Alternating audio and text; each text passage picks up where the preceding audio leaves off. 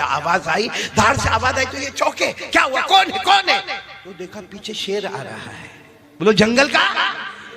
ये और खुश हो गए कि अब तो मेरे को मारने की जरूरत भी नहीं है। अब कौन मारेगा? शेर मारेगा, क्योंकि ये तो बहुत होशियार, बहुत लंबा चौड़ा हट्टा कट्टा, सीधे दरख्त के ऊपर चढ़ गया। बड़ा ऊंचा दरख्त था, दरख्त के ऊपर चढ़ गया। कहा मैं दरख्त के ऊपर से बैठ के तमाशा देखूंगा, अब तो मेरे को मारने की भी जरूरत नहीं। शेर आएगा, हमला करेगा, फाड़ेगा। शेर चला जाएगा, मैं गर्दन लेके वहां ईरान पहुंच जाऊंगा और मेरा इनाम पक्का हो जाएगा। ये सोचकर वो दरख्त पर चढ़ गया।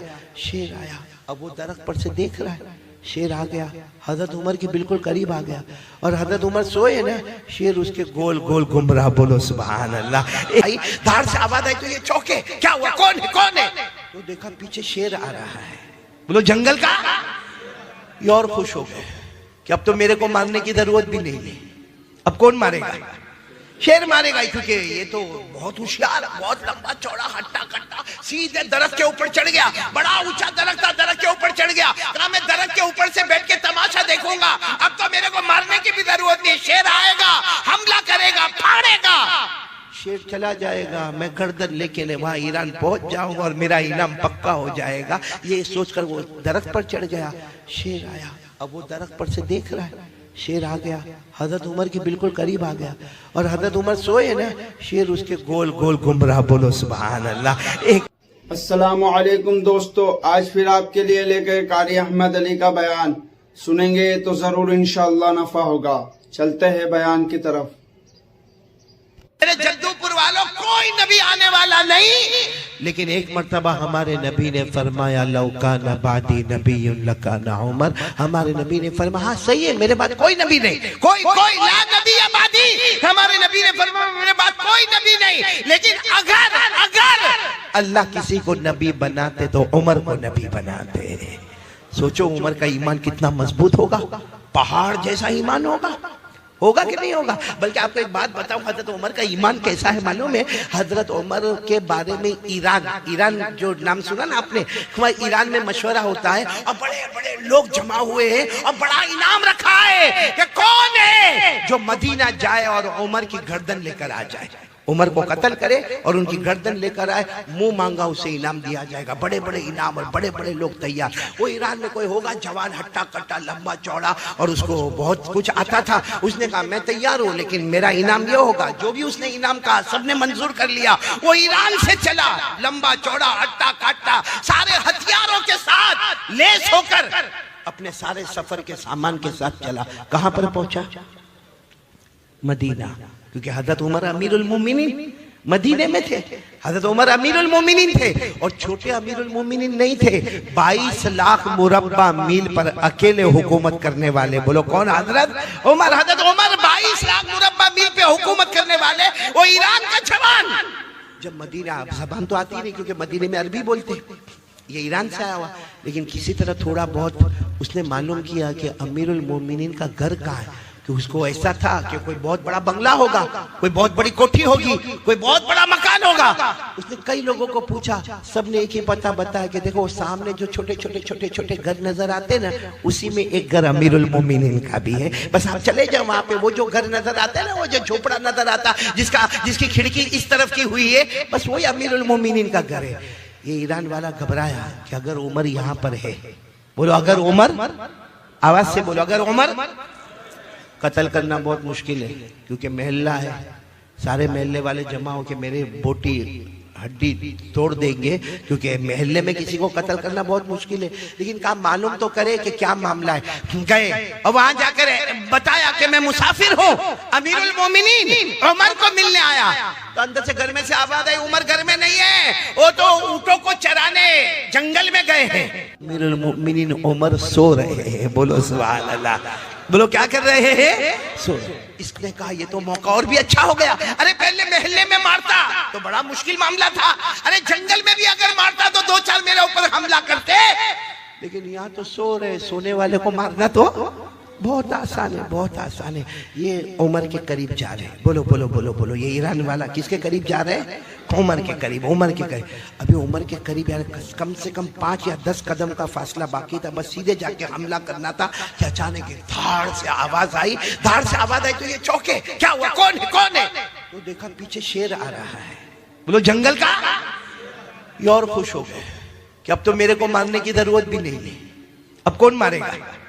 शेर मारेगा, क्योंकि ये तो बहुत होशियार, बहुत लंबा चौड़ा हट्टा कट्टा, सीधे दरख्त के ऊपर चढ़ गया। बड़ा ऊंचा दरख्त था, दरख्त के ऊपर चढ़ गया। कहा मैं दरख्त के ऊपर से बैठ के तमाशा देखूंगा, अब तो मेरे को मारने की भी जरूरत नहीं। शेर आएगा, हमला करेगा, फाड़ेगा। शेर चला जाएगा, मैं गर्दन लेके वहां ईरान पहुंच जाऊंगा और मेरा इनाम पक्का हो जाएगा। ये सोचकर वो दरख्त पर चढ़ गया। शेर आया, अब वो दरख्त पर से देख रहा है, शेर आ गया, हजरत उमर के बिल्कुल करीब आ गया और हजरत उमर सोए ना, शेर उसके गोल गोल घूम रहा। बोलो सुभान अल्लाह। 1 चक्कर लगाया, 2 चक्कर लगाया, 3, वो शेर चक्कर पे चक्कर लगाता, ये ऊपर दरख्त पे से। ये ईरान वाला कहता मैं हैरान, अरे शेर है, ये इंसान खोर है, अरे ये हमला करता है। तो उमर के चारों तरफ घूम रहा है, क्या करता? ये कहते मेरे पैदा करने वाले की कसम, में दरख्त पर था, वहां से मैंने देखा कि उमर की आंख खुली। बोलो सुभान अल्लाह। यूं हाथों को अपने आंखों पर मला और कुछ दुआ पढ़ी, और दुआ पढ़ने के बाद शेर को कहा क्या हुआ, जाओ जाओ इधर से जाओ। कहता सिर्फ हजरत उमर ने इशारा किया, शेर दौड़ता दौड़ता जंगल की तरफ चला गया। उमर का सिर्फ ऑर्डर था, जाओ इज़हब, जाओ यहाँ क्या कर रहे हो मेरे पास? कहते वो चला गया। ये दरख्त से सीधे नीचे आए हजरत उमर के सामने। हजरत उमर भी चौंके, लोग सामने से आते, पीछे से आते, दाएं से आते, बाएं से आते, तुम ऊपर से नीचे आए, क्या हुआ? हजरत उमर ने कहा क्या हुआ, कहां से आए हो, मुसाफिर नजर आते हो। ईरान वाले की आंखों में आंसू थे। कहा सब बात मैं बताऊंगा, पहले मुझे कलमा पढ़ा दो, पहले मुझे कलमा पढ़ा दो। तो फिर उन्होंने अपना पूरा प्रोग्राम बताया। तो हमारे नबी ने फरमाया तूने कलमा क्यों पढ़ लिया? हजरत उमर ने फरमाया तूने कलमा क्यों पढ़ लिया? तो आया था मेरे कत्ल के इरादे से, कलमा क्यों पढ़ लिया? कहा मैं कलमा डर से नहीं पढ़ा, सब देखा मैंने, मैं डर से कलमा नहीं पढ़ा। मैंने ये सोचा कि जब उमर का ये आलम है कि जंगल का जानवर भी इनसे घबराता है, तो ये तो गुलाम है, आका मोहम्मद का क्या आलम होगा। बोलो सुभान। जब उमर का ये आलम है तो उमर के नबी के ईमान का क्या आलम होगा। खैर मुझे आपको बताना है कि हजरत उमर का ईमान, बोलो कैसा था? मजबूत था ना? नहीं बोलो ना कैसा था? मजबूत था। जंगल के शेर भी गुलामी करते थे कि नहीं करते थे? लेकिन आज मैं आपको जो पॉइंट पर, ये मैंने वाकया इसलिए सुनाया, पॉइंट पर लाना चाहता हूँ। हजरत उमर अमीरुल मोमिनीन, साथ में बोलो हजरत उमर अमीरुल मोमिनीन, 22 लाख मुरब्बा मील पे अकेले हुकूमत करने वाले।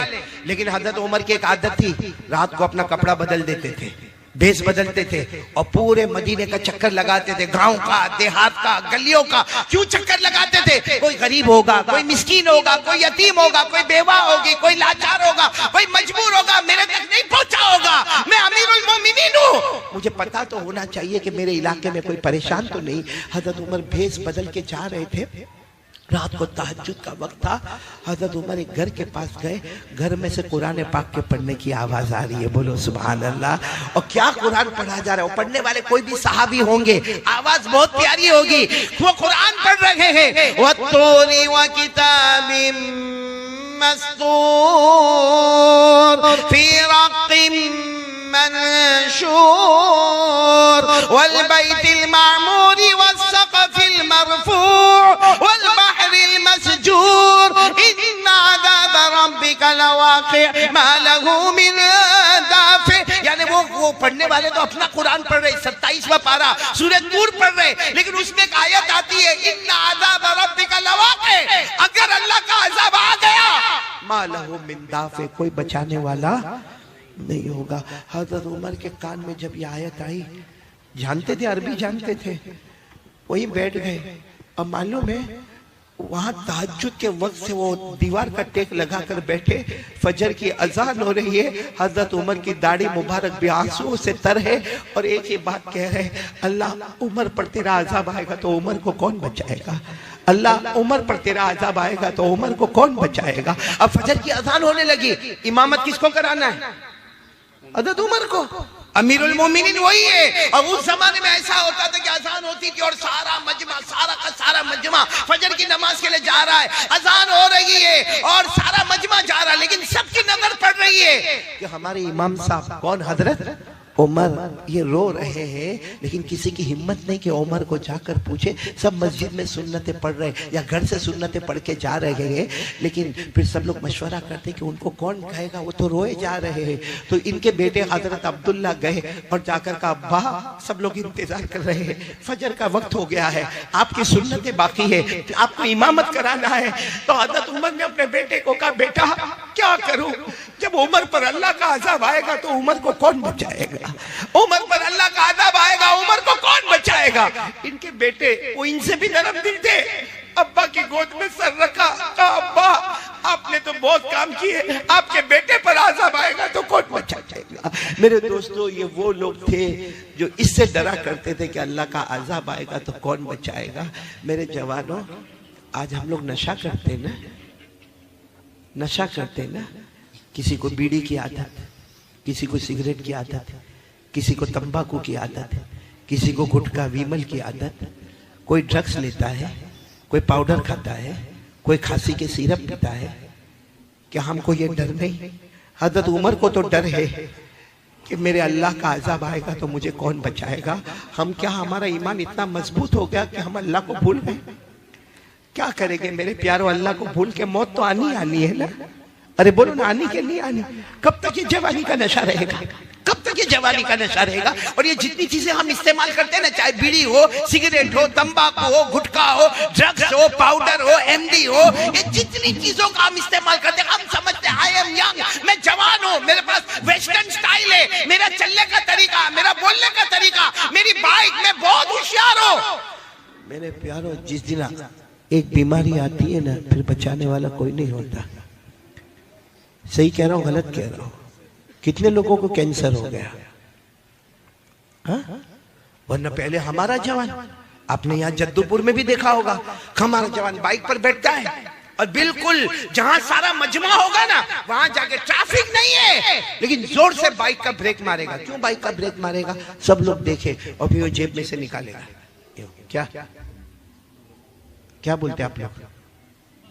हाँ, अब यूं हाथ पे थोड़ा टक टक टक टक करेगा, हाँ, फिर यूं खोलेगा, हाँ, और फिर हाँ करके ऐसा पिएगा जैसे शरबत पी रहा है। सही है कि नहीं? लेकिन ये जो चीज गलत है वो गलत है, नशा गलत है तो गलत है, पाउडर खाना गलत है तो गलत है, ड्रग्स लेना गलत है तो गलत है। होता क्या है मालूम है? नहीं सुधरता नहीं है, वो रोज रोज रोज रोज लेता जाता है, फिर ये जो मुंह है ना, मुंह ये छोटा हो जाता है। कैसा हो जाता है? फिर क्या करता है मालूम है? ये हाथ में लेके यूं करेगा, एक हाथ से दरवाजा खोलेगा, दूसरे हाथ से एंटर हो जाएगा। सही कह रहा हूँ, गलत कह रहा हूँ मेरे तो? फिर इतना छोटा सा मुंह हो जाता है, डॉक्टर के पास। अब डॉक्टर को मालूम है भाई, डॉक्टर माहिर है, चेहरा देखकर समझ जाता है कि इसको कैंसर है, लेकिन डॉक्टर को भी तो अपना बिल बनाना है ना। तो ये करना, वो करना, ऐसा करना, वो करना, यूरिन टेस्ट होगा, ब्लड टेस्ट होगा, पीठ में से पानी निकाला जाएगा, फिर इसका ये होगा, फिर वो होगा, लेबोरेटरी में जाएगा, ये करेगा। करते कराते डॉक्टर आखिर में कहता है लास्ट स्टेज ऑफ कैंसर, 2 महीने बचे हैं। और वो पूरी गवर्नमेंट ने कहा मास्क नहीं लगाने का, वो मास्क लगा के घूम रहा है, क्योंकि यहाँ उसका मुंह छोटा हो गया है, ऑपरेशन हो गया, जबड़ा फाड़ दिया गया। मेरे प्यारो, क्या कयामत में इसका जवाब नहीं देना पड़ेगा? मुफ्ती अली साहब, एक बड़ा अजीब मामला, मैं गुजरात में था, एक ने मेरे को आकर कहा मौलाना मेरा भाई 32 साल का है, वो खा खा के, तंबाकू खा खा के कैंसर हो गया, मर गया। वो शहीद हुआ कि नहीं हुआ? यानी वो मेरे को फतवा पूछता है कि मौलाना लिख के दे दो ना कि मेरा भाई शहीद हो गया, मैं मेरे खानदान वालों को बताऊं। मैंने कहा गुटखा खा के मरा, तंबाकू खा के मरा, ऑपरेशन करा के मरा। मैंने कहा सुनो, मैं आज मसला बताता हूं। कोई अपने गुनाहों की वजह से बीमार पड़े, कोई अपने गुनाहों की वजह से, भाई हमारे गुनाहों की वजह से अगर हमारा ये जबड़ा खराब हो गया, हमारे गुनाहों की वजह से अगर हमारा हाथ और पांव खराब हो गया, तो अल्लाह फरमाते कयामत में एक एक बदन के टुकड़े का जवाब देना पड़ेगा। ये कुरान में लिखा है, कुरान में 15वां पारा, अल्लाह तबारक व तआला फरमाते हैं इन्नस समा वल बसरा वल फुआद कुल्लु उलाइका काना अन्हु मसऊला। अल्लाह तबारक व तआला फरमाते तेरे कानों का, तेरी आंखों का, तेरे दिल का, बदन का जो भी टुकड़ा तूने गुनाहों की वजह से डैमेज कर दिया, बोलो कल कयामत में। हाँ, लेकिन अगर आदमी ने कभी बीड़ी, सिगरेट, तंबाकू, गुटखा कुछ नहीं और बेचारे को कैंसर हो गया, हाँ फतवा दे दो कि शहीद होकर दुनिया से जा रहा है। लेकिन मेरे प्यारों, क्या ये सब करना जायज है जो हम करते हैं? क्या हमको अल्लाह का डर नहीं लगता? मेरे दोस्तों, कैंसर वाले को पूछो कैसा रोता है, कैसा रोता है, आखिरी घड़ी में क्या क्या हालात उसके ऊपर आते हैं। मेरे दोस्तों, वो कैंसर जब बदन में फैलने लगता है, लेकिन फिर भी हमारी तबीयत में सुधार नहीं आता ना। हम ना तो अपनी माँ के बने, हम सही में अपनी माँ के भी नहीं बने, अपने अब्बा के भी नहीं बने, हम अल्लाह के भी नहीं बने और मुस्तफ़ा के भी नहीं बने। हमको सिर्फ अपनी मर्जी प्यारी है मेरे प्यारों, जिसकी वजह से आज बर्बादी और तबाही के सिवा हमारे पास कुछ नहीं है। मैं पूछना चाहता हूँ, माँ की कौन मानता है? माँ को माँ कौन समझता है? ये पूरा मजमा है। अगर ये ऐलान हो गया भाई कारी अहमद अली का बयान होने वाला, या चलो ये ऐलान हो जावे कि यहाँ शादी का मंडप लगने वाला, या ऐलान हो जावे कि यहाँ पर बहुत बड़ा फंक्शन होने वाला, यहाँ के जिम्मेदार जवानों को जमा करेंगे, भाई कौन कौन हमारे साथ खिदमत करेगा, कौन कौन हमारे वॉलंटियर हजरात होंगे। बहुत अच्छा है, सारे के सारे जवान आ जाते और आकर कहते आप लोगों को फिक्र करने की जरूरत नहीं है, कुर्सी लगाना हमारा काम होगा, टेबल लगाना हमारा काम होगा, खाना खिलाना हमारा काम होगा, अरे चावल हम लेकर आएंगे, अरे सालन हम लेकर आएंगे, अरे मंडप हम लगा देंगे, लाइट हम लगा देंगे। बहुत अच्छा है, मखलूक की खिदमत है। लेकिन इसमें से किसी एक जवान को पूछो, माँ का पांव दबाता है कि नहीं दबाता? माँ के सर पे कभी मोहब्बत से हाथ फेरता है कि नहीं फेरता? आपको एक बहुत अजीब बात सुनाऊं, हो सकता आपके जद्दूपुर में नहीं होवे और बोलो आमीन नहीं होवे, लेकिन एक बहुत मालदार हमारे गुजरात का मेरे को मिला और इतना रोने लगा। मैंने कहा भाई अल्लाह का बंदा रोता का है, कोई जो है वो बता देना। तो कहता मैं रोता इसलिए हूँ कि रोज रात को मैं अपने सिटिंग रूम, भाई बड़ा मालदार है, कहा मेरा कमरा है, मैं ईशा की नमाज पढ़ के वहां बैठ के मेरी तस्बीहात पढ़ता हूँ। रोज रात को मेरा बेटा घर में दाखिल होता है, हाथ में मोबाइल होता है और मेरे सिटिंग रूम में चक्कर लगाते हैं, मोबाइल पे इधर जाके बात करता है, उधर से बात करता है, इधर बात करता है, उधर बात करता, फिर अपने कमरे में चला जाता। एक बार भी मुड़ के पूछता नहीं कि अब्बा आपको शुगर है, कोई तकलीफ तो नहीं? अब्बा आपको प्रेशर है, आपने दवा तो ली कि नहीं ली? अब्बा आपका पाँव तो नहीं दुखता? और फिर मुझे रोकर क्या कहता है, कारी साहब क्या बयान में कहते हो? बयान में कहते हो कि बाप जन्नत का दरवाजा है। मुझे कहता कारी साहब गवाह रहना, कयामत में गवाह रहना, उसने अपने जन्नत का दरवाजा तोड़ दिया है, वो कभी भी जन्नत में नहीं जाएगा। ये बाप की बद्दुआ नहीं तो क्या है? पूछो आज बूढ़े बाप को पूछो, कितना बेटा पूछता है? बल्कि बारी लगती है, बारी। कितने भाई हम लोग? 4। कितने भाई? 5। 15 दिन माँ बाप तेरे घर में, 15 दिन तेरे घर में, 15 दिन तेरे घर में, 15 दिन तेरे घर में। अल्लाह को हाजिर नाजिर रखकर बताओ, जब हम छोटे थे क्या हमारे माँ बाप ने हमको तकसीम किया था कि मेरा बड़ा बेटा वो घर पे रहेगा, मेरा दूसरा बेटा उधर जाके रहेगा, तीसरा बेटा उधर जाके रहेगा? क्या हमारे माँ बाप कोई बंदर है जो एक डाली से लेके दूसरी डाली, दूसरी डाली से तीसरी डाली पर? मेरे प्यारों, ये जो हम नशा करते ना, नशा आपको नहीं मालूम है, नशा बहुत खतरनाक है। बोलो ये नशा बहुत खतरनाक है। आज आपको मैं एक वाकया सुनाने जा रहा हूँ, आपकी अकल हैरान हो जाएगी। मेरे दोस्तों, एक बहुत बड़े अल्लाह के वली बोलो या हदीस के इमाम बोलो, हजरत फजल बिन अयाज, बोलो क्या नाम?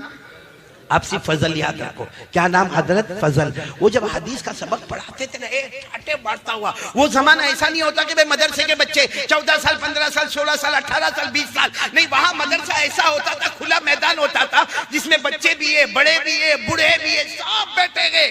और जब हजरत फजल आते थे, सारे बच्चे इस्तेकबाल के लिए खड़े होते थे। आपके सामने ऐसा टेबल रखा होता था, उस पर हदीस की किताब होती थी, आप पढ़ाना शुरू करते थे। उस जमाने में जो भी तरीका पढ़ाने का होता पढ़ाते थे। एक सामने स्टूडेंट बैठता था, सामने एक स्टूडेंट, सुनना, बहुत होशियार, बहुत चालाक, और आपको मालूम है जो ब्राइट स्टूडेंट हो, जिसका दिमाग अच्छा हो, तो पढ़ाने वाले की तवज्जो उसकी तरफ, बोलो ज्यादा होती है। तो वो और हजरत फजल देखते थे, वो जो बोलते वो सब लिखता है। और कभी कभी चेक करते थे, तो चेक करते तो देखते थे इतना अच्छा लिखता है, इतना अच्छा। यानी हजरत फजल कहते हैं कि मुझे मेरे शागिर्दों में, मेरे स्टूडेंट में, मुझे इसके बारे में यकीन था कि इसका फ्यूचर बहुत ब्राइट होगा। कहते हैं कि 1 महीना गुजरा वो पढ़ने नहीं आया। कितना महीना? अब ब्राइट स्टूडेंट हो, वो 2 दिन नहीं आवे तो उस्ताद परेशान, पढ़ाने वाला परेशान, टीचर और प्रोफेसर परेशान कि मेरा इतना अच्छा स्टूडेंट नहीं आता। लेकिन वो चूंकि मजमा इतना रहता था, हजरत फजल समझे कहीं सफर पे गया होगा, इधर गया होगा, उधर गया होगा। सुनो, बराबर सुनना। हजरत फजल कहते एक दिन आने के साथ ही मैंने पूछ लिया कि भाई वो कहाँ है, वो मेरा स्टूडेंट कहाँ है जो सारी बातों को लिखता था, बाय हार्ट करता था। तो किसी ने कहा वो तो घर में बीमार है, आखिरी सांस ले रहा है, घर में बीमार है। और बोलो, हजरत फजल को इतना रहम आया, सब स्टूडेंट को कहा चलो ना हम मिलने जावे, चलो ना मिलने जावे, आज सबक नहीं होगा, आज उनको मिलने जाएंगे। बहुत मेहनत करता था वो मेरा बच्चा और बहुत होशियार था। जब गए ना तो देखा सही में वो आखिरी सांस ले रहा है। और आपको मालूम है जो आखिरी सांस लेता हो तो उसके सामने सूरह यासीन पढ़ी जाती है। क्यों? क्योंकि सूरह यासीन कुरान की रूह है। बोलो, सूरह यासीन कुरान की रूह है। और इस वक्त हमला बॉडी पर नहीं हो रहा है, मौत के वक्त हमला किसके ऊपर होता है? रूह पर होता है। तो रूह को रूह के साथ आसानी करने के लिए मरने वाले के पास क्या पढ़ना चाहिए? तो हजरत फजल ने देखा कि आखिरी सांस लेता, अपने सारे स्टूडेंट को कहा चलो चलो यासीन पढ़ो, यासीन पढ़ना शुरू करो। अब सब बच्चों ने यासीन एक आवाज गूंजी, यासीन पढ़ने की आवाज गूंजी। मालूम है वो जो बच्चा था ना, जवान लड़का, अपने उस्ताद को कहता है मत कहो इनको यासीन पढ़ने, मत कहो, मेरे को कुछ भी काम नहीं आएगा, मेरे को कुछ भी काम नहीं आएगा।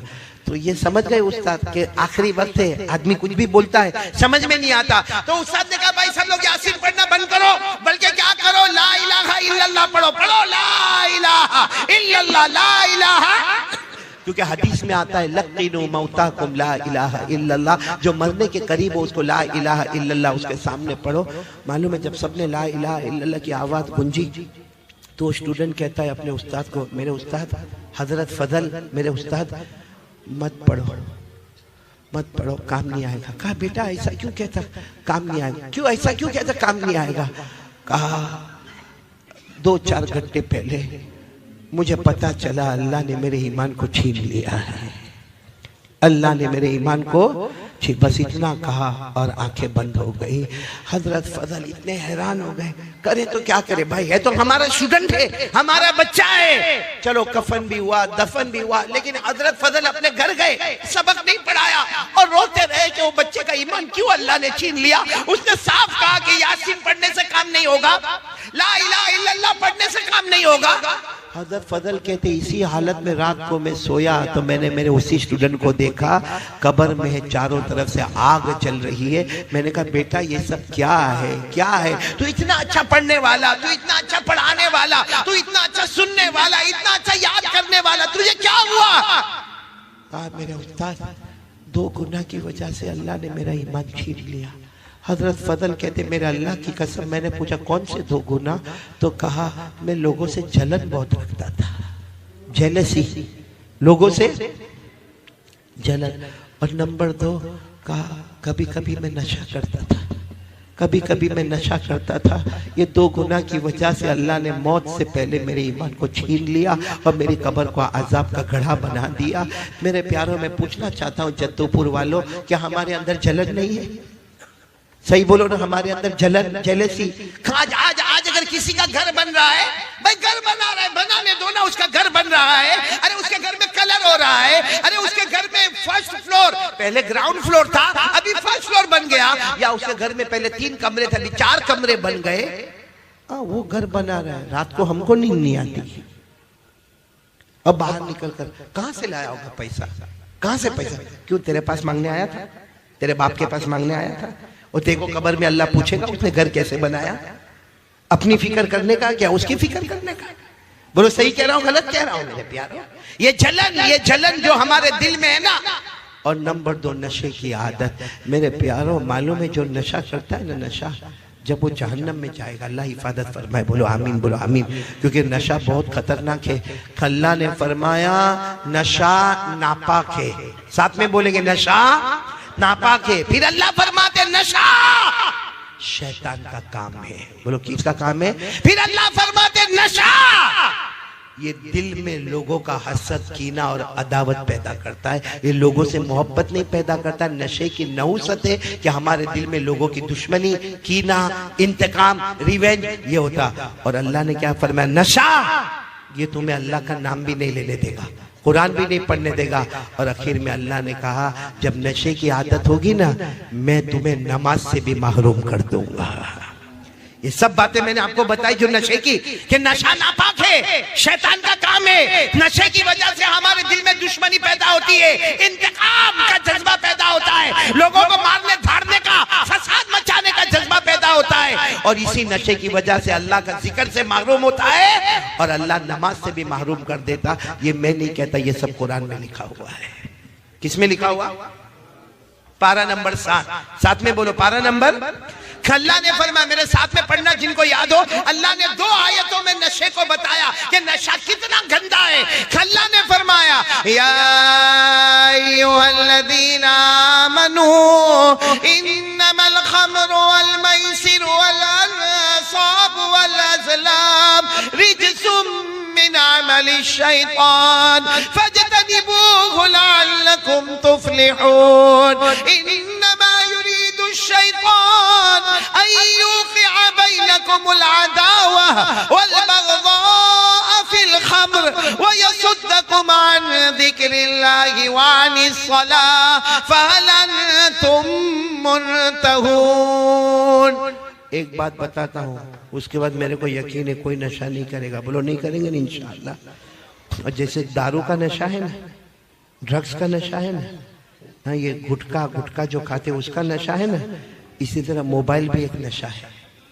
बोलो मोबाइल भी एक, उसके बगैर आप देखो किसी को पता चला भाई मेरा मोबाइल गुम हो गया, आप देखो क्या करेगा? यूं देखेगा, अरे अरे अरे मेरे मोबाइल में रिंग कर, अरे तू मेरा मोबाइल तो देख कहाँ है। ऐसा परेशान होगा जैसे अटैक आ रहा है इसको। बोलो होता कि नहीं होता? और फजर की नमाज गई, कभी ऐसा हुआ? कभी ऐसा झटका लगा हमको? इसने मेरे दोस्तों एक हदीस पाक सुना तो अल्लाह हिफाजत करे, बोलो आमीन। लेकिन नशे वाला जब जहन्नम में जाएगा और जहन्नम की आग जब उसको तपाएगी तो क्या करेगा मालूम है? कहेगा अल्लाह जहन्नम की आग ने मेरे को बहुत तपाया, पानी दे देना अल्लाह, अल्लाह पानी दे देना अल्लाह, अल्लाह पानी दे देना अल्लाह। ऊपर जो जहन्नमी होंगे उनके बदन से जो खून निकलता होगा, पीप निकलता होगा, पेशाब निकलता होगा, वो अल्लाह इसके मुंह में डालेंगे। पानी चाहिए ना, पानी चाहिए, ले ऊपर वाले जहन्नमी के बदन का खून निकला, पीप निकला, अरे उसके बदन में से पेशाब निकला, पी तो कहेगा अल्लाह मैंने पानी मांगा, ये तो बहुत गंदी चीज है। अल्लाह कहेंगे आज वो पिलाऊंगा जो तुझे पसंद नहीं है, क्योंकि दुनिया में तू वो पीता था जो मुझे पसंद नहीं था। इसलिए मेरे प्यारों हाथ जोड़कर आपसे अपील करता हूँ, 2 चीजें हमारे नबी छोड़ कर गए हैं, उनमें से पहली चीज मैंने आपको बता दी, वो क्या है? कौन आज से तैयार हो रहा है रोजाना ये पूरा जद्दू पूरा तैयार हो जावे माशाअल्लाह। देखो ये 2 चीज अगर हमारे पास होगी ना, सब गंदी आदतें खत्म, सब गंदी आदतें खत्म। कोई कहता है ना कि अरे मौलाना को क्या मालूम है, हमको नशे की आदत हो गई, अब नशा थोड़ी छूटेगा। कोई कहता है मेरे को मोबाइल की आदत हो गई, अब मोबाइल थोड़ी छूटेगा। कोई कहता है कि मेरे को पीने की आदत हो गई, वो पीना थोड़ी छूटेगा। नहीं मेरे प्यारों, हमारे नबी से बढ़कर कोई नहीं। हमारे नबी ने फरमाया 2 चीज को तेरे हाथ में रख ले, दुनिया भी तेरी होगी, आखिरत भी तेरी होगी। जिसमें सबसे पहले क्या फरमाया हमारे नबी ने? कुरान। आवाज नहीं आ रही आप लोगों की? कुरान। बहुत ठंडे हो गए आप लोग, बंद कर दूं बयान? कौन सी चीज पहली बोलो? मैं हर जगह पर आज एक ही ऐलान करता हूं, कुरान पढ़ोगे ना इंशाअल्लाह। आज पूरा जद्दूपुर माँ बहनें बेटियां आप सब इरादा करें, मैं आपसे ज्यादा वक्त नहीं मांगता, आधा घंटा, 24 घंटे में 23.5 घंटे आपके, आधा घंटा आपसे मांगता हूँ। कौन कौन तैयार है? आधा घंटा कुरान पढ़ेंगे इंशाअल्लाह। नहीं दोनों हाथ ऊपर करके बोले, बोलो पढ़ेंगे इंशाअल्लाह, पढ़ेंगे नहीं इंशाअल्लाह। अच्छा हमारे कुछ बड़े बूढ़े भी होते हैं, मौलाना बोल कर गए, अब कहाँ वो हमने बचपन में नहीं पढ़ा, जवानी में नहीं पढ़ा, अब मौलाना बोल कर गए कि आधा घंटा कुरान पढ़ना। सुनो, हजरत अली को पूछा गया कुरान सीखने की मुद्दत कब है, शुरू कब होती है, खत्म कब होती है? हजरत अली ने फरमाया मिनल महदी इलल लहदी। कुरान करीम के सीखने की मुद्दत शुरू होती है माँ के गोद से और खत्म होती है कब्र के गोद में। और मेरे को मालूम है आधा घंटा कुरान पढ़ेंगे। अब यहाँ जो उलमाए किराम बैठे हैं इनको अगर बोलो आधा घंटा कुरान पाक पढ़ना, आधे घंटे में 2 पारे खत्म। अरे बोलो आधे घंटे में 2 पारे खत्म, 2.5 पारे खत्म, सूरह बकरा मुकम्मल। और अगर किसी आम आदमी को बोलो भाई आधा घंटा कुरान पढ़ना, तो बेचारा मुश्किल से धीरे धीरे सा या कोलो असुफा करते 1.5 पेज 2 पेज, तो सोचेगा कि ये मौलाना तो 2 पारे खत्म करके चले गए ना, मेरे 2 पेज भी खत्म नहीं हुए ना। मेरे दोस्तों कुर्बान जाओ हमारे नबी पर। हमारे नबी को मालूम था मेरा ऐसा उम्मती भी आएगा जो बाद में कुरान पढ़ना शुरू करेगा। हमारे नबी ने फरमाया अल्लज़ी यक़रउल कुरान व यतताअतउ बिही फलहु अजरान। हमारे नबी ने उस जमाने में फरमाया मेरा उम्मती ऐसा आएगा जो कुरान पढ़ेगा, अटक अटक के पढ़ेगा, रुक रुक के पढ़ेगा, अटक अटक के पढ़ेगा। हमारे नबी फरमाते उसको डबल सवाब मिलेगा, पढ़ने का भी सवाब मिलेगा और अटकने की जो तकलीफ होगी उसका भी सवाब मिलेगा। सुभान अल्लाह। इसलिए मेरे प्यारों अब तो मैंने पूरा मामला खोल के आपके सामने रख दिया है। तो कितना वक्त मैं आपसे मांग रहा हूँ? आधा घंटा। और ये नशे से तौबा करोगे ना? आज की रात तौबा करो। नहीं मेरे प्यारों मत करो, नशा मत करो। अपनी बीवी को देखो, अपने बच्चों को देखो, अपने माँ बाप को देखो। हमारी जिम्मेदारी है। ये नशा करके आवारा गर्दी करके कुछ दिन का मज़ा है, फिर जिंदगी की सज़ा है। दुनिया की भी सज़ा है, आखिरत की भी सज़ा है। इसलिए मेरे प्यारों आप ये सोचते होंगे ना कि छोड़ने का कैसा, वही मैं आपको तरीका बताने जा रहा हूँ कि पहला काम ये अपने घर में शुरू कर दो। आधा घंटा अपनी बीवी बच्चे सबको बोलो आधा घंटा कुरान पढ़ेंगे। बोलो पढ़ेंगे ना इंशाल्लाह। और अगर नहीं पढ़ना आता ना, अरे मस्जिद के इमाम साहब के पास चले जाओ ना, मस्जिद के इमाम साहब को बड़े प्यार से कहो ना मैं रोजाना आपके पीछे नमाज पढ़ता हूँ, मेरे को 5 से 8 मिनट आप थोड़ा सा कुरान की 2-4 आयतें पढ़ा देना। वो 2-4 आयतें पढ़ा दे, आप घर जाके उसी को पढ़ते रहो, उसी को पढ़ते रहो, उसी को पढ़ते रहो, उसी को पढ़ते रहो। आधा घंटा कुरान को दे दो मेरे दोस्तों, दुनिया भी हमारी होगी, आखिरत भी हमारी होगी। इंशाअल्लाह करेंगे। बोलो करेंगे इंशाअल्लाह। तो हमारे नबी ने क्या फरमाया था? क़ाल रसूलुल्लाह सल्लल्लाहु अलैहि व आलिहि वसल्लम तरक्तु फीकुम अमरैन। हमारे नबी ने फरमाया था 2 चीजें छोड़कर जाता हूँ, अगर दोनों चीजों को थाम लोगे आबाद होंगे, जन्नती होंगे, दुनिया भी तुम्हारी आखिरत भी तुम्हारी। और अगर ये 2 चीज को नहीं थामोगे दुनिया में भी जलील हो जाओगे, आखिरत में भी जहन्नम होगी। तो 2 चीजों में नंबर 1 क्या है? कुरान। नंबर 2 सुन्नत नबीकुम। हमारे नबी ने फरमाया मेरे तरीके पर आ जाओ। अरे बोलो मेरे तरीके पर। सच बताओ हमारे नबी से बढ़कर कोई नबी? बहुत धीरे धीरे बोलते हो। कोई नबी नहीं। आप लोगों को कोई टेंशन है तो मेरे को बोल दो। नहीं नहीं। कोई घर का टेंशन वेंशन तो नहीं? सुबह तक फुर्सत है। अभी मुफ्ती अनीस साहब को तो जब मैंने देखा इतनी अच्छी शेर शायरी करते, मैंने कहा या तो बीवी से बहुत मोहब्बत होगी। है आपको मोहब्बत है बीवी से? सब क्यों अशरफुल हाँ हाँ कर रहा है तू? बेटे बेटे ये कब से बीवी से हाँ हाँ हाँ करे जा रहा है? खाने में समझता नहीं क्या खाता है और फिर मुझे कहता है मेरे को शुगर हो गया। तो मैंने कहा तू खाने पे तो कंट्रोल कर भाई। वो मालूम है ना, एक मरतबा एक बीवी ने अपने हस्बैंड को पूछा आप मुझसे कितना प्यार करते हो? आप मुझसे कितना प्यार करते हो? जवाब दो। अरे आप लोग जवाब दो। थोड़ी देर के लिए सोचो कि आपकी बीवी पूछ रही है आप मुझसे कितना प्यार करते हो, क्या जवाब दोगे? बहुत बहुत ही बोलना, यही जवाब सबको देना पड़ेगा वरना खाना पीना मुश्किल हो जाता है। तो एक बीवी ने अपने शोहर को पूछा आप मुझसे कितना प्यार करते हो? बहुत। अब वो बेचारा बहुत काम में होगा तो अपनी बीवी को कहा जा तू किचन में जा चाय वाय बना, बाकी मैं तेरे को बहुत प्यार करता हूँ। बीवी समझ गई ये ढोंग करता है। फिर आई ना मैं जद्दूपुर की हूँ, पक्का जवाब चाहिए। कितना प्यार करते हो मेरे को सही सही बताओ। उसने कहा अल्लाह की बंदी बहुत बहुत प्यार करता, आई लव यू जा। वो समझ गई कि ये ढोंग ही कर रहा है। वो फिर तीसरी मर्तबा और थोड़े जोश में आई और अगर कहने लगी नहीं मेरे को सच्चा सच्चा बताना पड़ेगा, हमको 12 साल शादी को हो गए, आप मेरे से कितना प्यार करते हो, एकदम सच्ची बात बताओ। उसने कहा बहुत प्यार करता, लैला मजनू का जैसा प्यार था ना वैसे तेरा और मेरा प्यार है। मैं मजनू और तू। बोले ये बहुत लंबी छोड़ता है। बोले सच सच बताओ कितना प्यार करते हो। अभी इसका जद्दूपुर वाले का दिमाग गया कि बार बार कोई भी पूछे तो दिमाग जाएगा। कहा तू बार बार पूछती कितना प्यार करते हो। मैंने कहा ना बहुत प्यार करता हूं। तो कहा लेकिन मुझे बताओ कितना प्यार करते हो। कहा इतना करता इतना करता इतना करता इतना करता कि जी चाहता तेरे जैसे एक और लेके आ जाओ दूसरी। अब जिंदगी भर पूछेगी नहीं कि आप कितना प्यार करते हो। देखो कितना अच्छा मैंने फॉर्मूला आपको बताया, बताया कि नहीं बताया। अब हंसना आया थोड़ा, ऐसा लगा मैं इंसानों में बात कर रहा हूं। थोड़ा माइक की आवाज बढ़ा दो बेटा, अभी बहुत प्यारी बात पर आ रहा हूं। नंबर 1 हम क्या करेंगे बोलो, आवाज नहीं आ रही है। नंबर 1 क्या करेंगे, कुरान। रोजाना कितना पढ़ेंगे। और नंबर 2 हमारे नबी ने क्या फरमाया, मेरा तरीका तुम्हारे पास होगा। ये 2 चीज होगी। मैं अब नबी का तरीका बताने जा रहा हूं, लेकिन उससे पहले मैं खुलकर बता दूं, पूरा मजमा बोल दे हमारे नबी से बढ़कर कोई नबी नहीं। नहीं, आवाज से बोलो, हमारे नबी से बढ़कर कोई नबी नहीं। हमारे आका से बढ़कर, हमारे नबी से बढ़कर कोई नबी नहीं ना, हमारे आका से बढ़कर कोई आका नहीं ना। तो फिर हम नबी को छोड़ के क्रिकेटर से, बॉलीवुड से, हॉलीवुड से काय को मोहब्बत करते हैं। देखो यहाँ बुड्ढा बुड्ढा भी दाढ़ी नहीं, लुकिंग हैंडसम।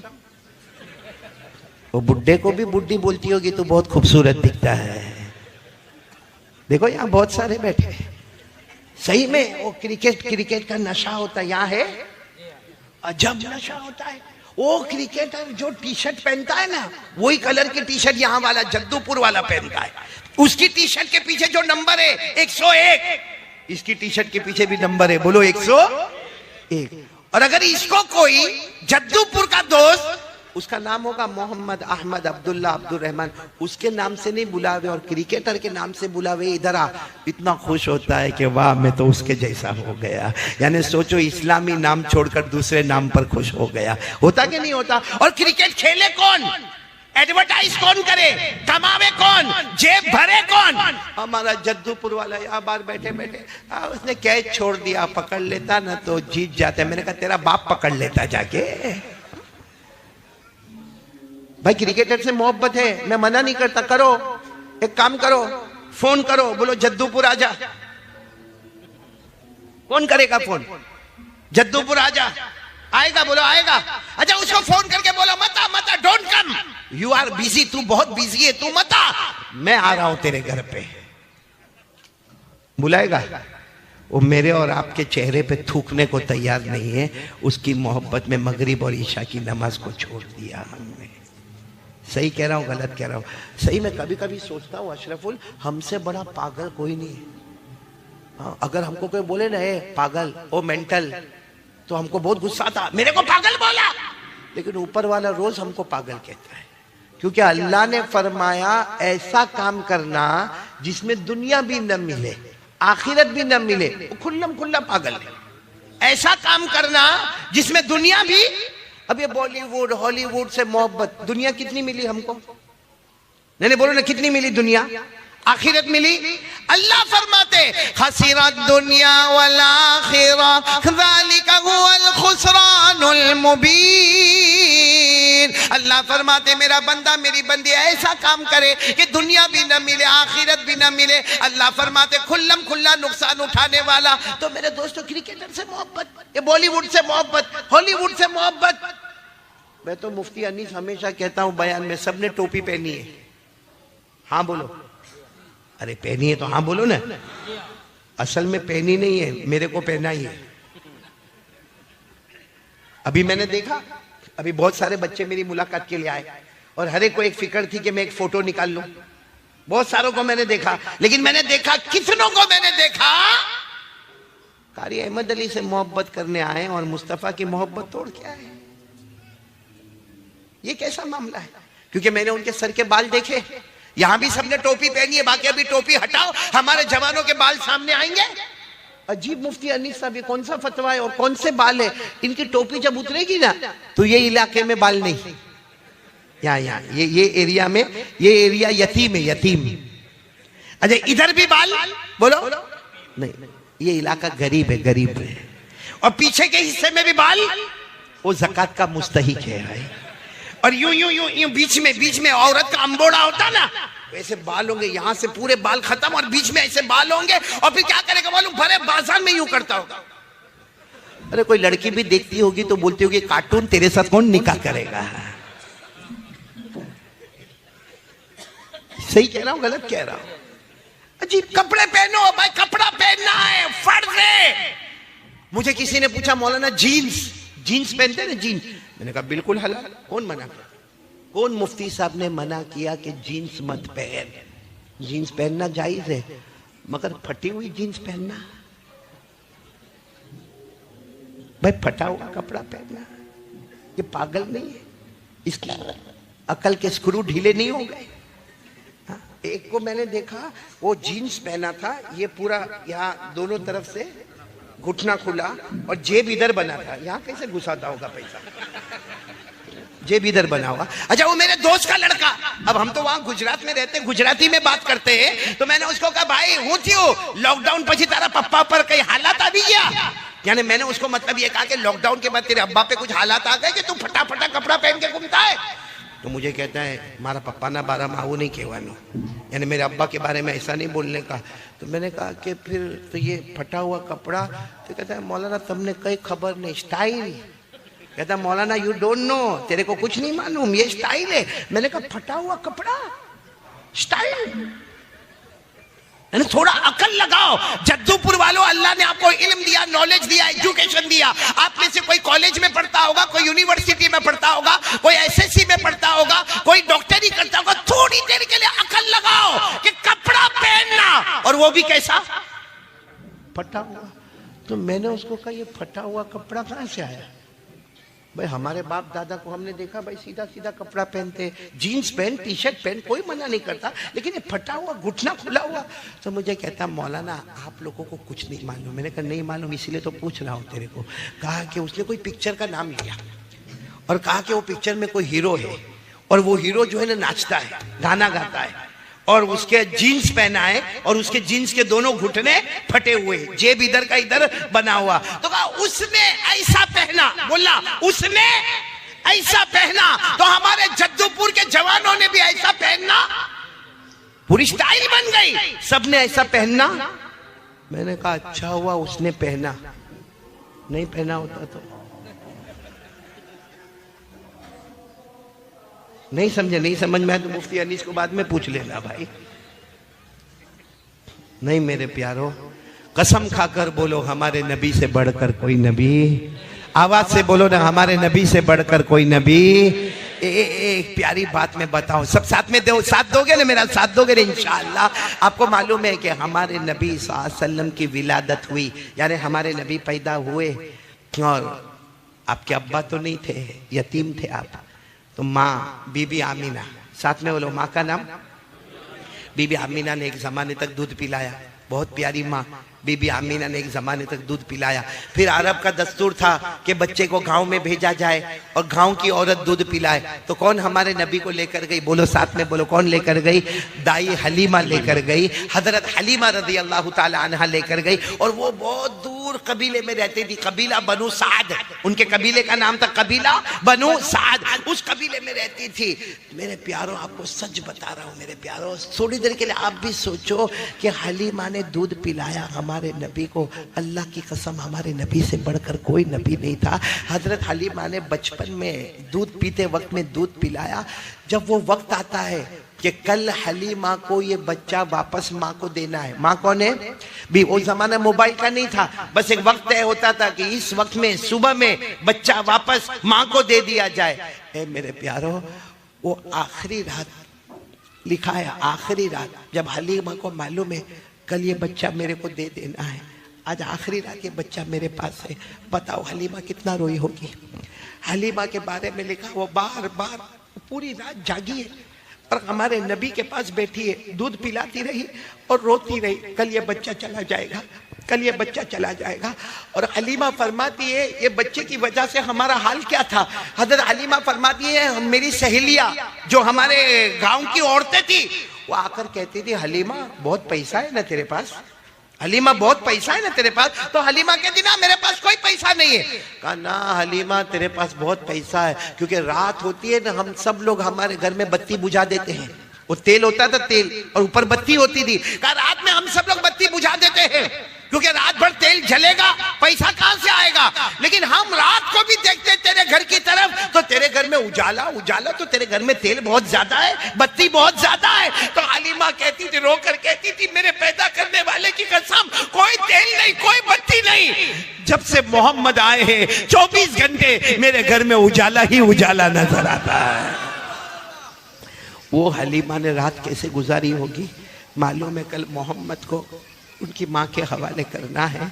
पूरी रात हलीमा रोई। अच्छा वो घड़ी आ गई, वो घड़ी आ गई कि जब हजरत हलीमा लेकर गई और पहाड़ के किनारे, मक्के के पहाड़ के किनारे आमीना खड़ी हुई है। बीबी आमीना, यहाँ से हलीमा आती है। अब हलीमा को मालूम है बच्चे की जुदाई का वक्त आ गया, बहुत रोती है, बार बार मोहम्मद को अपने सीने से लगाती है, अपने सीने से लगाती है। और सुबह में नहला धुला के लेके निकली है और आमीना को कहती है, आमीना ये अमानत तुम्हें देती हूँ, मेरा जी तो नहीं चाहता था कि मैं ये अमानत तुम्हें दे दूं, मगर क्या करूं, ये वादा है इसलिए मैं आपको ये अमानत दे रही हूं। अरे आमीना भी तो माँ थी ना, वो भी इंतजार कर रही थी, मेरा लखते जिगर, मेरे कलेजे का टुकड़ा, मेरा बेटा आ रहा है। आमीना ने ऐसे लिया, अपने सीने से लगाया, बहुत देर तक रोती रही। हलीमा ने जो जुमला कहा वो सुनना। हलीमा ने क्या फरमाया? आमीना, आमीना मैंने बहुत बच्चों को दूध पिलाया है, गांव गांव जाके, शहर शहर जाके मैंने दूध पिलाया है, और मैं गांव में भी गई, जंगलों में भी गई, सहारा में भी गई, बयाबान में भी गई। हलीमा कहती है मैंने बहुत गांव, देहात, जंगल, बयाबान, सहारा का सफर किया, लेकिन काबा के पैदा करने वाले की कसम, इससे बढ़कर खूबसूरत बच्चा मैंने कहीं नहीं देखा। सामने कौन थी? बीबी आमीना थी। उन्होंने भी हमारे नबी को सीने से लगाया, कहा आमीना, बीबी आमीना ने कहा हलीमा तू गांव की बात करती है, देहात की बात करती है, जंगलों की बात करती है। अरे हलीमा, ए हलीमा, बीबी आमीना ने कहा हलीमा तूने गांव में इससे बढ़कर खूबसूरत बच्चा नहीं देखा। बीबी आमीना कहती काबा के पैदा करने वाले की कसम, मैं पूरे मक्का शहर में घूमी, इससे बढ़कर खूबसूरत बच्चा मैंने शहर मक्का में नहीं देखा। बात कर रहे कौन कौन? हलीमा, आमीना। इतने में वहां से एक बूढ़े मियाँ चले आ रहे हैं। कौन है वो? दादा अब्दुल मुत्तलिब। बोलो दादा अब्दुल मुत्तलिब तो थे ना। दादा अब्दुल मुत्तलिब आए और कहा हलीमा, आमीना क्या बातें कर रहे हो? तो आमीना ने कहा आपका पोता, आपका पोता अब हमारे घर में वापस आ गया। ओ दादा अब्दुल मुत्तलिब दौड़ते दौड़ते आए, बहुत प्यार करते थे, बहुत प्यार करते थे, हमारे नबी को गले लगाया, गले लगाया, बहुत प्यार किया, बहुत मर्तबा चूमा। तो हलीमा ने कहा मैं कह रही थी इससे बढ़कर खूबसूरत बच्चा मैंने गांव में नहीं देखा। तो आमीना ने कहा इससे बढ़कर खूबसूरत बच्चा मैंने शहर मक्का में नहीं देखा। तो दादा अब्दुल मुत्तलिब कहने लगे हलीमा, आमीना रहने दो, मैंने तो मुल्कों मुल्कों का सफर किया, कंट्री कंट्री का सफर किया, मैं तिजारत कारोबार में कहां से कहां तक गया। अरे काबा के पैदा करने वाले की कसम, मैंने किसी मुल्क में इससे बढ़कर खूबसूरत बच्चा नहीं देखा। सुभान अल्लाह। अच्छा ये बातें हो रही है, अचानक एक नूरानी शख्स सामने। कौन? हलीमा, आमीना, दादा अब्दुल मुत्तलिब चौके। कौन? आने वाले ने कहा मैं जिब्राइल हूँ, बोलो सुभान अल्लाह। फरिश्ता हूँ, बोलो सुभान अल्लाह। फरिश्तों का सरदार हूँ, बोलो सुभान अल्लाह। तो इन तीनों ने कहा लेकिन फरिश्ता आप यहाँ पर क्यों आए? अल्लाह ने भेजा है, आपका जवाब देने के लिए आया हूं कि हलीमा तूने गांव में इससे बढ़कर खूबसूरत बच्चा नहीं देखा ना। आमीना तुमने शहर मक्का में इससे बढ़कर खूबसूरत बच्चा नहीं देखा ना। दादा अब्दुल मुत्तलिब तुमने मुल्कों मुल्कों में इससे बढ़कर खूबसूरत बच्चा नहीं देखा ना। हज़रत जिब्राइल कहते मेरे भेजने वाले अल्लाह की कसम, मैंने 1 लाख से ज्यादा नबियों की मुलाकात की है, मैंने इससे बढ़कर खूबसूरत किसी को भी नहीं देखा। सुभान अल्लाह। इतना हज़रत जिब्राइल ने कहा कि गैब से अल्लाह की आवाज आई, अल्लाह की आवाज आई, कैसे देखोगे, कैसे देखोगे, मैंने इससे बढ़कर खूबसूरत किसी को पैदा ही नहीं किया है। कैसे देखोगे, मैंने इससे बढ़कर खूबसूरत किसी को पैदा ही नहीं। मेरे दोस्तों हमारे नबी बहुत खूबसूरत थे। आपको मालूम है एक वक्त आता है बच्चा 1 साल 1.5 साल का हो जाता है, 2 साल का हो जाता है, अब उसको खिलौने की जरूरत पड़ती है। किसकी जरूरत पड़ती है? आपने देखा होगा हमारे घर में बच्चे होते हैं, खिलौने लाए जाते हैं। एक रात हमारे नबी, वही 1.5-2 साल की उम्र, हमारे नबी सो रहे हैं, आमीना बैठी हुई। आमीना कौन? अम्मी, वालिदा। और हमारे नबी तो यतीम थे। अरे बोलो हमारे नबी। अल्लाह ने फरमाया अलम यजिदका यतीमन फआवा व वजदका ज़ाल्लन फगदा व वजदका आइलन फअगना। अल्लाह तबारक व तआला फरमाते मेरे मुस्तफ़ा हमने आपको यतीम पैदा किया। तो हमारे नबी 1.5-2 साल की उम्र, और आमीना वहाँ बैठी है, और आमीना रोकर क्या कहती मालूम? मोहम्मद मोहम्मद। हालांकि वो 1.5-2 साल का बच्चा, लेकिन आमीना कहती मोहम्मद तेरा अब्बा नहीं ना, तेरा अब्बा होते तो खिलौना लेके आते, तेरा अब्बा नहीं ना, तू तो यतीम है, मैं बेवा हूँ, इसलिए अब्बा नहीं तो खिलौना लाने वाला कोई नहीं। और बीबी आमीना अपना कपड़े से अपने आंसुओं को साफ करते हुए कहती है मैं गई थी बाजार में, मिट्टी के खिलौने भी थे, लकड़े के खिलौने भी थे, मगर मेरे पास पैसा नहीं था। मैंने जो कीमत देखी तो मैं वापस मुड़ के आ गई। बच्चा मेरे को माफ कर देना, तेरा अब्बा नहीं, मैं बेवा हूँ, मेरे पास पैसा नहीं, मैं ना मिट्टी का खिलौना ला सकती, ना कोई और खिलौना लेकर तुम्हारे पास आ सकती। ये कहकर बीबी आमीना कुछ बात करते करते ऐसे आसमान की तरफ देखा, तो बीबी आमीना चौंक गई। आसमान की तरफ देखा, चांद जो है ना, चांद आगे की तरफ जा रहा है। बोलो कहाँ जा रहा है? हाँ। तो बीबी आमीना ने सोचा भाई आप लोगों ने भी जद्दूपुर में चांद तो देखा होगा, लेकिन चांद को चलता हुआ देखा? चांद आगे की तरफ। तो बीबी आमीना देखती, फिर थोड़ी देर में चांद उधर चला गया। हैरान हो गई कि चांद को क्या हुआ है। फिर देखी तो चांद चलता चलता चलता चलता इधर आ गया। बीबी आमीना हैरान हो गई कि चांद को क्या हो गया। एक तो अभी तक रो रही थी, आसमान की तरफ देखा तो कहा ये क्या हो रहा है, कुछ हो रहा है, चांद आज चल रहा है। फिर बीबी आमीना ने मोहम्मद की तरफ देखा कि हमारे नबी की उंगली मुबारक ऐसी है, यूं इशारा करते हैं तो चांद उधर चला जाता है, यूं इशारा करते हैं तो चांद इधर चला जाता है, यूं इशारा करते तो चांद इधर चला जाता। तो बीबी आमीना कहती मुझे ऐसा लगा कि गैब से आवाज आई ये मुस्तफा है, ये मेरा है, इसको मिट्टी के खिलौने की जरूरत नहीं है, ये जमीन पर रहेगा, आसमान पर हुकूमत करता रहेगा। मेरे दोस्तों सच बताओ हमारे नबी से बढ़कर कोई नबी? बोलो ना, कौन कौन आज तैयार है नबी से मोहब्बत करेंगे इंशाअल्लाह? भाई झूठ नहीं बोलना, करेंगे नबी से मोहब्बत करेंगे। मैं तो कभी कभी बहुत खुल के कहता हूँ क्रिकेटर से मोहब्बत करना है, बॉलीवुड वाले से करना है, हॉलीवुड वाले से करना है, कर ले। मैं कहता हूँ कर ले, लेकिन अल्लाह ने अगर थोड़ी अकल दी है तो इतना बता क्रिकेटर से क्यों मोहब्बत करता है, क्यों करता है? बॉलीवुड हॉलीवुड वाले से क्यों मोहब्बत करता है? जवाब क्या होगा मालूम है? वो कमाल बताता है। वो क्या करता है? कमाल बताता है। भले झूठा कमाल बताता है मगर कमाल बताता है, इसलिए मोहब्बत करता हूं। अरे मेरे प्यारों, में कहता हूं क्रिकेटर कमाल बताता है, बॉलीवुड हॉलीवुड वाला कमाल बताता है, बेशक बताता है, जमीन में पैदा होता है, जमीन में कमाल बताता है। हमारे मुस्तफा अल्लाह की कसम वो अकेले हैं, जमीन पे पैदा होते हैं, आसमान पर कमाल बताते हैं। बताओ हमारे नबी ने कमाल बताया कि नहीं बताया? आवाज क्यों नहीं आ रही आपकी? बोलो बताया कि नहीं बताया? कौन कौन मेरा साथ देगा? अरे हाथ ऊपर करो ना, एक साथ में बोलो ना, मुस्तफा का दामन, आवाज से बोलो मुस्तफा का दामन।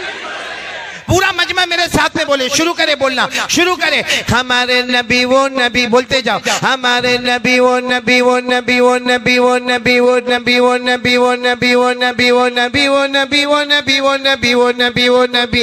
अल्लाह की कसम हमारे नबी वो नबी उंगली मुबारक से इशारा करे, चांद के 2 टुकड़े हो जाए, आधा इधर हो जाए, बोलो आधा। ऐसा कोई कर सकता मेरे दोस्तों? बोलो ना, कोई कर सकता? हमारे नबी की क्या शान होगी मेरे दोस्तों, क्या शान होगी कि हमारे नबी का ऐसा गुजर हो रहा है। बोलो ऐसा हमारे नबी का गुजर हो रहा है। वहाँ अबू जहल बैठा है, मक्का में अबू जहल बैठा है, उसके दोस्त बैठे हैं, शराब की मजलिस हो रही है और मालूम नहीं गालियाँ बकी जा रही है। हमारे नबी वहाँ से जाते हैं तो अबू जहल ने गालियाँ देना शुरू की और अबू जहल के दोस्तों ने भी गालियाँ देना शुरू की। किसी ने पत्थर मारा, हमारे नबी ने कुछ नहीं कहा, अपना गर्दन झुका के वहां से जाने लगे। लेकिन जब अबू जहल ने हद कर दी और अल्लाह की तरफ भी गाली की निस्बत कर दी, क्यों हमारे नबी आए और आकर कहा अबू जहल से, कितना ही मारोगे, कुछ भी करोगे, मैं अल्लाह का रसूल हूँ। बोलो मैं मोहम्मद अल्लाह का रसूल हूँ, अल्लाह का नबी हूँ, अल्लाह का पैगंबर हूँ, मैं ला इलाहा इल्लल्लाह की तालीम देता जाऊँगा। ये कहा और ये कहकर हमारे नबी आगे चले गए। तो अबू जहल ने अपने दोस्तों को कहा चलो आज मौका है, आज एग्जाम, आज इम्तिहान लेने का मौका है, रात का सन्नाटा है और वो हमको बोलकर चले गए कि मैं अल्लाह का रसूल हूँ, अल्लाह का नबी हूँ और कुछ भी हो जाए मैं ला इलाहा इल्लल्लाह का ऐलान करता रहूंगा। अबू जहल ने कहा बहुत अच्छा मौका है, अपने सारे दोस्तों को कहा हाथ में मुट्ठी में कुछ भी ले लो, अपनी मुट्ठी में ले लो, मुट्ठी टाइट बंद कर दो, टाइट बंद कर दो और चलो। अब हमारे नबी तो थोड़ा आगे गए थे, ये लोग आके चारों तरफ से घेर लिए, हमारे नबी बीच में, पूरा सर्कल बन गया। तो अबू जहल ने कहा तुम तो आसमान की खबर देते हो ना, तुम तो अल्लाह के बारे में बताते हो ना, आसमान की खबर देते हो ना, ये हम सब दोस्त थे, हमारी मुट्ठी में क्या है वो बता दो, सबकी मुट्ठी बंद है, बता दो क्या है मुट्ठी में। ए मेरे जद्दूपुर वालों, कुर्बान जाओ हमारे नबी पर। ऐसे वक्त में आदमी टेंशन में आवे, डर में आवे कि मुस्कुरावे। हमारे नबी मुस्कुराए और मुस्कुरा कर कहा इसमें कौन सी बड़ी बात है, इसमें कौन सी बड़ी बात है कि मैं ये बता दूं कि तुम्हारी मुट्ठी में क्या है। किसी की मुट्ठी में कंकर है, किसी की मुट्ठी में पत्थर है, किसी की मुट्ठी में खजूर है, किसी की मुट्ठी में खजूर का बीज है, किसी की मुट्ठी में मिट्टी है। हमारे नबी ने फरमाया इसमें कौन सा कमाल है कि मैं बताऊं कि तुम्हारी मुट्ठी में क्या है। कमाल ये है कि तुम्हारी मुट्ठी में जो चीज है वो बताएगी कि मैं कौन हूं। बोलो सुभान अल्लाह। अच्छा सबकी मुट्ठी ऐसी थी, हमारे नबी ने फरमाया तुम्हारी मुट्ठी में जो चीज है वो बताएगी कि मैं कौन हूं। सबकी मुट्ठी, सब लोग टाइट बंद कर रहे हैं लेकिन वो मुट्ठी ऑटोमेटिक खुलती जा रही है, वजन होती जा रही है, धीरे धीरे धीरे धीरे सबकी मुट्ठी खुली और जिसकी मुट्ठी में जो था एक ही आवाज आई, अशहदु अल्ला इलाहा इल्लल्लाह व अशहदु अन्ना हादा मुहम्मदुर रसूलुल्लाह। आवाज आई, हम गवाही देते ला इलाहा इल्लल्लाह और ये भी गवाही देते कि ये मुहम्मदुर रसूलुल्लाह है। मेरे प्यारो, बहुत से लोगों को ईमान नसीब हुआ मगर अबू जहल क्या कहकर चला गया, ये जादू है जादू। क्या कहकर चला गया, जादू है जादू है। तो हमारे नबी बहुत रोए। अल्लाह ने फरमाया मेरा मुस्तफ़ा रो मत, जिसके मुकद्दर में हिदायत नहीं है मैं उसको हिदायत नहीं दूंगा, वो जादू जादू कहकर मरेगा और जहन्नमी हो जाएगा। अल्लाह ने फरमाया इक़तरबतिस साअतु वंशक़्क़ल क़मर व यरौ आयतन युरिदू व यक़ूलू सिह्रुम मुस्तमिर वकज़्ज़बू वत्तबऊ अग़वाअहुम वकुल्लु अम्रिन मुस्तक़िर। बस हमारे नबी सल्लल्लाहु अलैहि वसल्लम रोए तो अल्लाह ने फरमाया छोड़ दो, लेकिन मुझे ये बताना मेरे प्यारो, हमारे नबी से बढ़कर कोई नबी होगा? कौन कौन मोहब्बत के लिए तैयार है? जरा हाथ ऊपर करें। करेंगे मोहब्बत करेंगे सब लोग? हाँ बोलो ना, ऐसा हाँ मत बोलो बल्कि कह दो ना जद्दूपुर वालों इतना बड़ा मजमा है, कितना अच्छा लगेगा। साथ में कह दो मोहब्बत करते थे, करते हैं और करते। आवाज नहीं आ रही है, पूरा मजमा बोलेगा मुस्तफा का दामन और साथ में बोलेंगे मोहब्बत करते थे, करते और करते। पूरा मजमा साथ में बोले हमारे नबी वो नबी, बोलते जाओ हमारे नबी वो नबी वो नबी वो नबी वो नबी वो नबी। अल्लाह की कसम हमारे नबी वो नबी, उंगली मुबारक से इशारा करे चांद के दो टुकड़े हो जाए। हमारे नबी वो नबी, बोलो ना हमारे नबी वो नबी वो नबी वो नबी। अल्लाह की कसम सूरज डूब गया, बोलो सूरज, रात का सन्नाटा हो गया। हजरत अली आए, कहा अल्लाह के रसूल सूरज डूब गया, मगरिब का वक्त हो गया, सन्नाटा हो गया। मेरी असर की नमाज बाकी है, मेरी असर की नमाज।